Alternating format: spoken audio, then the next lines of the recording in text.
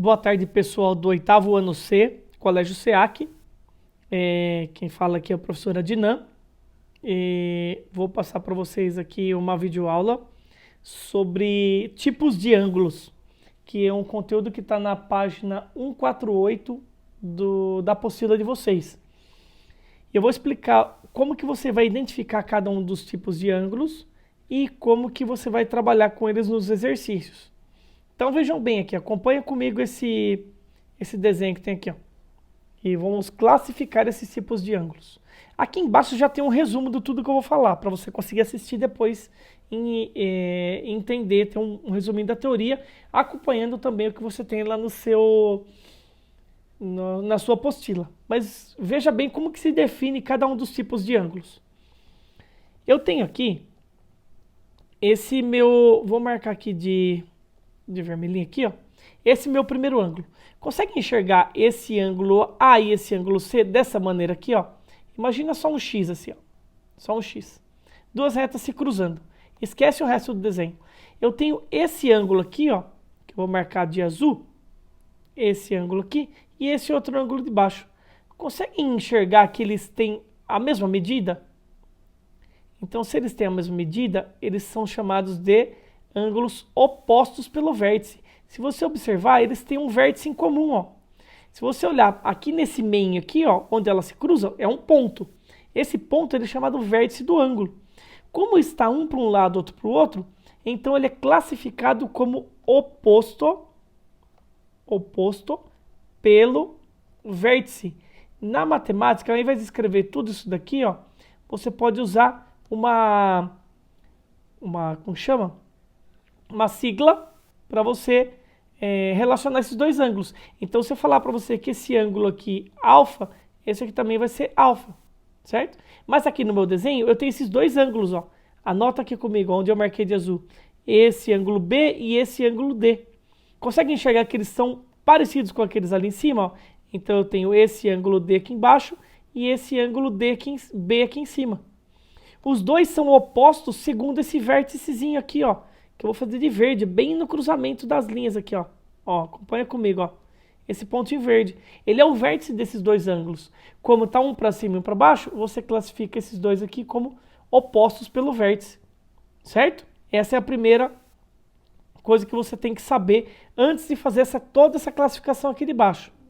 Agora, vou apagar toda esse rabisco aqui para a gente voltar aqui e começar a classificar os ângulos. Esse primeiro aqui é o mais importante, oposto pelo vértice. Depois, eu tenho que observar o seguinte. Ângulos que ocupam a mesma posição no desenho. Consegue imaginar esse desenho aqui separado em duas partes? Ó? Esse meu desenho separado em duas partes. Vou apagar aqui um pedaço dele, você vai perceber. E aí você vai ter um desenho em cima com a reta R e um desenho embaixo com a reta S. Eu só apaguei um pedacinho da minha reta transversal T. Então aqui você tem duas retas paralelas, a reta R e a reta S paralelas.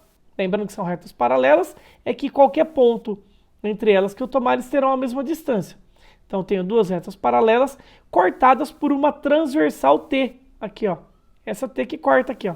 Vou apagar esse rabisco que eu fiz que ficou tortinho aí. Então o que acontece? Tem essa transversal T, e aí eu vou ter duas partes do desenho aqui, ó. Olha o que eu tenho aqui. Esse desenho aqui em cima é a mesma coisa que esse desenho aqui embaixo, a não ser pelas letras. E aí eu vou classificar esses ângulos do meu desenho usando essa ideia aqui. O que são ângulos correspondentes? Ângulos correspondentes são ângulos que ocupam a mesma posição no desenho.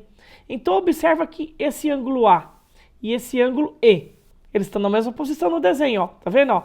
Esse está apontando para cá, na superior direita. Esse aqui também está na superior direita. Então você diz que esses ângulos aqui, ó, eles são congruentes, eles têm a mesma medida. E consequentemente para todos os outros, ó. Eu tenho o B, que é congruente ao F. Eu tenho o C, que é congruente ao G. E eu tenho o D, que é congruente ao H. Por que eu posso dizer que são congruentes? Porque eles ocupam a mesma posição no desenho, ó. O A e o E estão aqui. O B e o F estão aqui, o C e o G estão aqui, o D e o H estão aqui, na mesma posição, se você separa o desenho. Agora, apareceu uma notificação aqui, desculpa aí, mas vamos continuar aqui. Como que você classifica se dois ângulos são alternos internos? Você tem aqui a minha reta, essa reta T, vou completá-la aqui que eu apaguei um pedacinho aqui, né? Essa minha reta T. E o que vai acontecer aqui nessa minha reta T? Ela vai ter duas partes do desenho. Eu tenho a parte externa, as minhas retas. Imagina aqui, ó, essa parte externa e essa parte externa, certo? Externa a minha reta. Vou apagar aqui que eu fiz, ó. Essa parte externa, essa parte externa. E eu tenho essa parte aqui que é a parte de dentro das retas, ó. Então, toda vez que ele falar de ângulos que estão na parte de dentro, eles serão chamados de internos. Toda vez que ele estiver falando de ângulos que estão na parte de fora, aqui ou aqui, eles serão chamados de externos, ok? Então, acompanha comigo aqui, ó. Opa, volta aqui. Eu tenho aqui, vamos pensar na parte interna aqui, ó. Vou riscar de verde aqui, ó. Essa parte interna. Eu tenho 4 ângulos, ó. Eu tenho esse ângulo D, eu tenho esse ângulo C, eu tenho o F e eu tenho o E. Em relação a essa minha transversal T aqui, eu tenho um ângulo para um lado e um ângulo para o outro. Por exemplo, eu tenho aqui o meu ângulo D que está do lado direito e eu tenho o meu ângulo F que está do lado esquerdo, certo? Acompanha comigo aqui, vou falar só do D e do F, ó. Em relação a T, o D está para o lado direito, o F está para o lado esquerdo. E o que acontece? Eles estão, cada um de um lado da minha transversal T, ó. Tá um para lá, um para cá. E, além disso, eles estão na parte interna das minhas duas retas paralelas, ó. Os dois estão aqui dentro, ó. Então, quando eu tenho um par de ângulos desse tipo, eu digo que esses ângulos são alternos internos. Olha o que ele denota aqui, ó. O D e o F são alternos internos. Qual que é o outro par que você tem? Eu tenho aqui, ó. Vou marcar de amarelinho, ó. Eu tenho o E e eu tenho o C. Tá cada um para um lado da diagonal, ó. Um tá na esquerda, outro tá na direita. E os dois estão compreendidos na parte interna das duas retas. Tá no meio das duas retas. Então, eles são chamados de alternos internos. E também são congruentes. Esse ângulo de amarelo aqui, ó, tem a mesma medida que esse aqui. Então, o C e o E tem a mesma medida. O D e o F têm a mesma medida. Ok? Apagar aqui para a gente falar do próximo. Agora, se eu estou falando de alternos externos, eu tenho que pensar na parte externa das minhas retas, ó. Esse pedaço e esse. E, novamente, você tem dois pares de ângulos. O que você tem aqui, ó? Deixa eu apagar aqui. Só pensando na parte externa. Agora você não vai olhar mais aqui para dentro, ó. Vai olhar só para a parte de fora. O que eu tenho aqui, ó? Eu tenho esse meu ângulo aqui que eu estou marcando de verde, que é o meu ângulo A. E eu tenho esse meu ângulo que eu estou marcando de verde, que é o ângulo G. Então eu tenho um ângulo para o lado de cá, na direita, um ângulo para o lado de cá, na esquerda. E os dois estão na parte de fora das retas, ó. Eles não estão aqui no meio, ó. Eles estão para o lado de fora. Se eles estão para o lado de fora, eles são externos. Como está cada um para um lado, eles estão se alternando. Então, por isso, A e G são alternos externos. A mesma nomenclatura vai se usar para o B, que está para o lado esquerdo, e o H, que está para o lado direito. E os dois também estão para o lado de fora das retas, ó. Ó, essa parte de fora. Então, também são externos, e como está cada um para o lado, alternos, alternos externos. Ok? Então, já classifiquei esse daqui, ó, alternos externos. O que falta falar? Dos colaterais. Os colaterais eu não vou mais pensar de um lado e de outro. Eu vou pensar no mesmo lado. Em relação a quem? Em relação à minha transversal T aqui. Opa, desculpa aí. Arrastei o desenho aqui. Já vou voltar ao que eu tinha aqui. Vou pensar aqui agora nos colaterais, ó. Colaterais internos e externos. Você vai usar a mesma ideia aqui, tá? Se eu estou falando de internos, eu tenho que pensar nos que estão para o lado de dentro das minhas paralelas, ó. Eu tenho esses ângulos aqui que estão para o lado de dentro, ó. O C, o D, o F e o G. Mas, em relação à minha transversal T, eu tenho só dois que estão para o lado direito e dois que estão para o lado esquerdo. Então, ó, guarda comigo aqui, ó.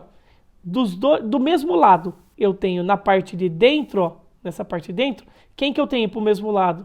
Eu tenho o C e eu tenho o F. Então, esses ângulos aqui são chamados de colaterais externos. O que tem de diferente com relação aos outros? Eles não são congruentes. Os colaterais externos, internos e externos, no caso aqui eu estou falando dos internos, eles estão, ó, de novo, para o mesmo lado, os dois estão na esquerda e compreendidos entre as duas paralelas RS. Colaterais internos. A diferença deles é que a soma deles é 180 e ângulos que somam 180 graus, no caso aqui o C e o F, eles são chamados de suplementares.